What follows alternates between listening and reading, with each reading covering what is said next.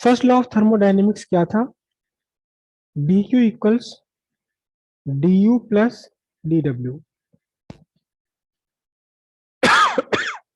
Heat given equals change in internal energy plus work done. तो यहां से इतना तो पता लगता है कि हीट है, आपने हीट दी, उस हीट का कुछ पार्ट इंटरनल एनर्जी में कन्वर्ट हुआ और कुछ पार्ट वर्क में कन्वर्ट हो सकता है। लेकिन वो कैसे कन्वर्ट हो सकता है, वो कैसे कन्वर्ट हो सकता है, इसे नहीं बताया गया। फर्स्ट लॉ ऑफ थर्मोडायनेमिक्स में ये नहीं बताया था कि हीट को वर्क में कैसे कन्वर्ट किया जाएगा। हीट का वर्क में जो कन्वर्जन है, heat into mechanical energy, mechanical energy मतलब kinetic energy, heat into mechanical energy, इसका जो कन्वर्जन है, ये कन्वर्जन है, ये होता है through Carnot heat engine. Carnot heat engine होता है। इस कार्नोट हीट इंजन के तीन पार्ट हैं, मेनली तीन पार्ट हैं। एक है सोर्स ऑफ हीट, जहां से हीट लेंगे आप। एक है आपके पास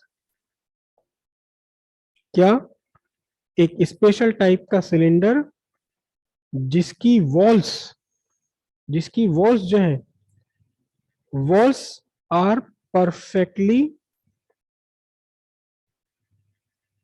perfectly non conducting.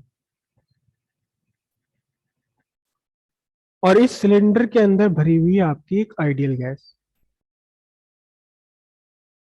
Ideal gas, ठीक है।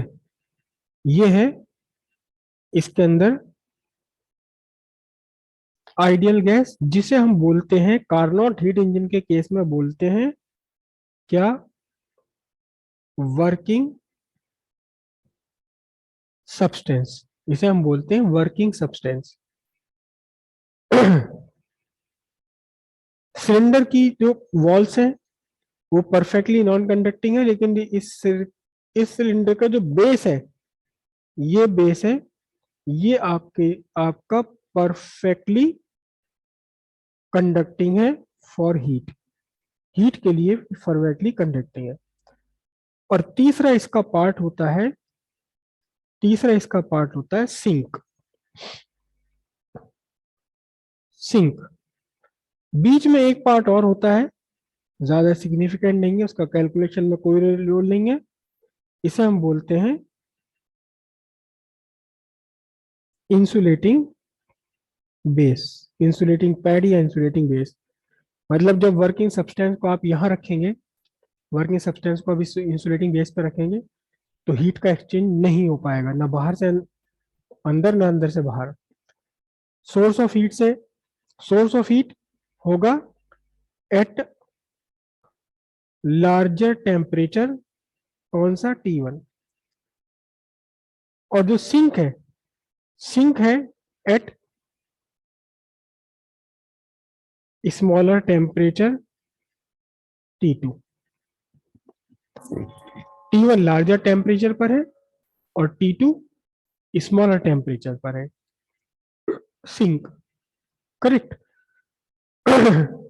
तो यहां से पूरा डेरिवेशन, लंबी डेरिवेशन है ये, काफी लंबी डेरिवेशन है। यहां से आपका एक रिजल्ट निकल कर आता है क्या, एफिशिएंसी।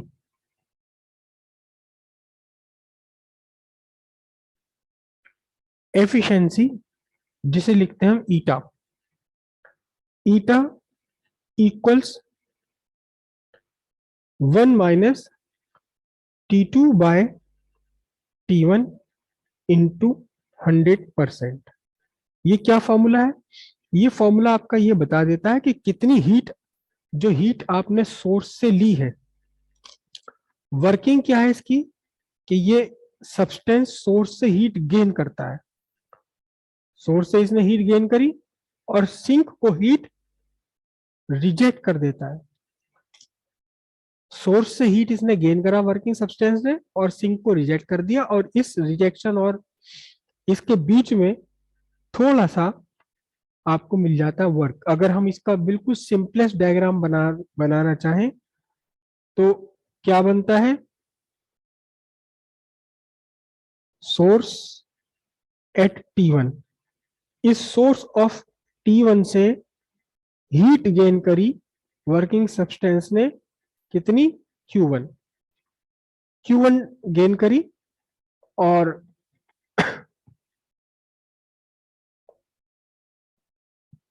ये है वर्किंग सब्सटेंस, और इसने Q2 हीट रिजेक्ट कर दी, दे दी, किसे दे दी, इसे ने दे दी किसको, सिंक को, जो T2 टेम्परेचर पर है, और यहाँ T1 ग्रेटर देन T2 है। और इस हीट के लेन देन के बीच में थोड़ा सा हीट का कन्वर्जन हो जाता है, किसकी फॉर्म में कन्वर्ट हो जाता है, वर्क की फॉर्म में कन्वर्ट हो जाता है, मैकेनिकल एनर्जी की फॉर्म में कन्वर्जन हो जाता है हीट का, इस पूरे प्रोसेस में। तो कितनी हीट ली, कुछ हीट ली और हीट दे दी, सब्सटेंस को दे दी, पता चला यहां से Q1 ले ली, कितनी, Q1 100 जूल ले ली, और Q2 जो है वो 80 जूल है। 100 जूल ली सोर्स T1 से, T2 सिंक को 80 जूल दे दी, तो आपको वर्क कितना मिलेगा, वर्क आपको मिलेगा 20 जूल का वर्क मिल जाएगा। कितने परसेंट रहा ये वर्क, ये वर्क आपका 20% रहा, क्योंकि 100 में से 20 हो गया। वो जो परसेंटेज है ये गिवन होती है 1 - T2/T1 × 100%। कितने परसेंट ऑफ हीट एनर्जी को वर्क में कन्वर्ट कर सकते हैं, जबकि आपका कार्नोट हीट इंजन बिल्कुल परफेक्ट आइडियल कंडीशंस में ऑपरेट होता हो। क्लियर हो इतनी बात? हाँ जी। तो कार्नोट हीट इंजन की एफिशिएंसी है, एफिशिएंसी 1 - T2/T1 × 100%। यहाँ T1 T2 दोनों होने चाहिए एब्सोल्यूट टेम्परेचर, किसका टेम्परेचर, सोर्स का टेम्परेचर भी और सिंक का टेम्परेचर भी एब्सोल्यूट टेम्परेचर। और ये पूरा का पूरा आपका Carnot heat engine ideal conditions में वर्क कर रहा है। आपका वर्किंग सब्सटेंस यानी वर्किंग गैस जो है वो भी आइडियल गैस ही है। तो फिर कार्नोट थ्योरम, एक कार्नोट थ्योरम बनी। क्या कार्नोट थ्योरम बनी, कि कोई भी प्रैक्टिकल इंजन, ये जो कार्नोट हीट इंजन है, हीट इंजन है, ये इंजन है, इंजन का मतलब एक ऐसा सिस्टम जो हीट को कम कन्वर्ट कर दे, किसमें, वर्क में।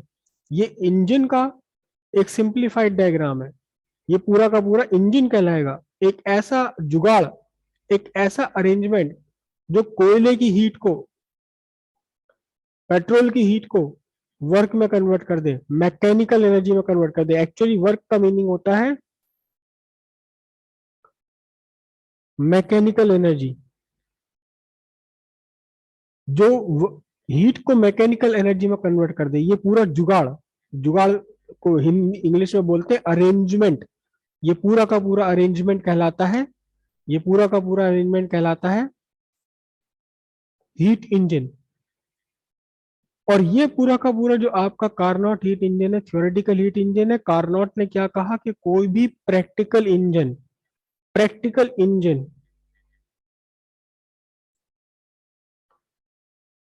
Can not have efficiency more than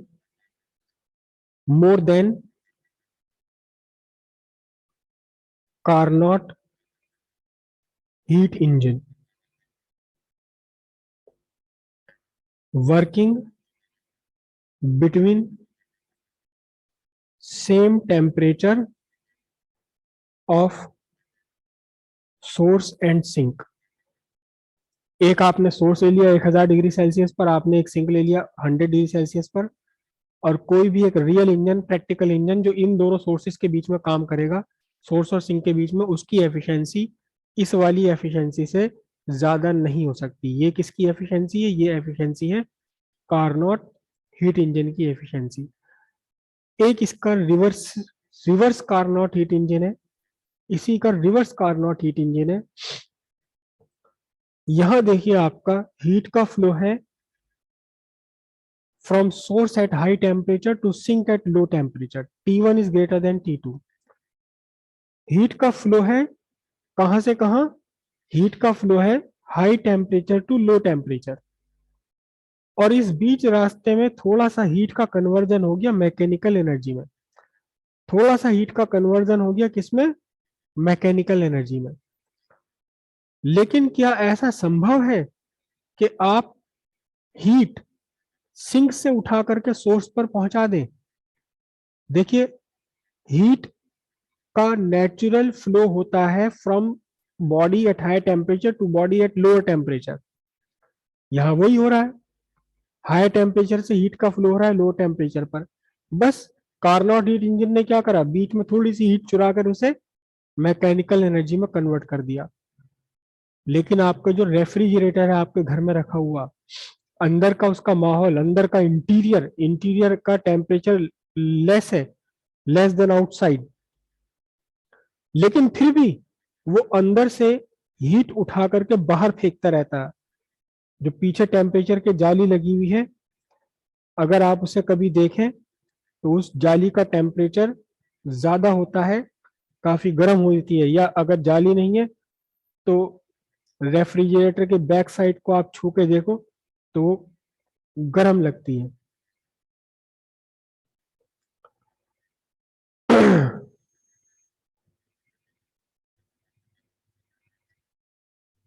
working substance, क्या ऐसा पॉसिबल है कि लो टेम्परेचर से उठा करके हाई टेम्परेचर की तरफ को हीट दे दी जाए, जैसे कि रेफ्रिजरेटर में होता है? उसके अंदर टेम्परेचर कम है फिर भी वहां से हीट निकाल के वो बाहर फेंकता है। बिल्कुल हो सकता है। क्या करो, इस पूरे इंजन को रिवर्स डायरेक्शन में काम करा दो किसी भी तरीके से। तो फिर रिवर्स डायरेक्शन में यहाँ क्या काम कराना पड़ेगा? यहाँ आपको बाहर से एनर्जी प्रोवाइड करनी पड़ेगी। बाहर से एनर्जी प्रोवाइड करनी पड़ेगी। और वही एनर्जी है जिसको आप बोलते हैं क्या? इलेक्ट्रिसिटी। जिसका आप इलेक्ट्रिसिटी बिल देते हैं वो यही एनर्जी है जो कार्नोट हीट इंजन को अपोजिट डायरेक्शन में काम करा देती है। तो एक थ्योरम और है, क्या है? कि आप हीट का फ्लो करा सकते हैं हाई टेम्परेचर से लो टेम्परेचर की तरफ को बिना किसी जुगाड़ के, आराम से। लेकिन अगर आपको लो टेम्परेचर से हीट उठाकर हाई टेम्परेचर पर पहुंचानी है तो आप ये काम आराम से जुगाड़ से नहीं कर सकते। आपको इसके लिए बिल भरना पड़ेगा, पैसे देने पड़ेंगे, कुछ ना कुछ एनर्जी खर्च करनी पड़ेगी। अगर आप हीट को लो टेम्परेचर से उठा करके ठंडी जगह से हीट उठा करके गर्म जगह पर लाना चाहते हैं तो आपको कुछ ना कुछ किसी न किसी फॉर्म में एनर्जी का एक्सपेंड करना ही पड़ेगा।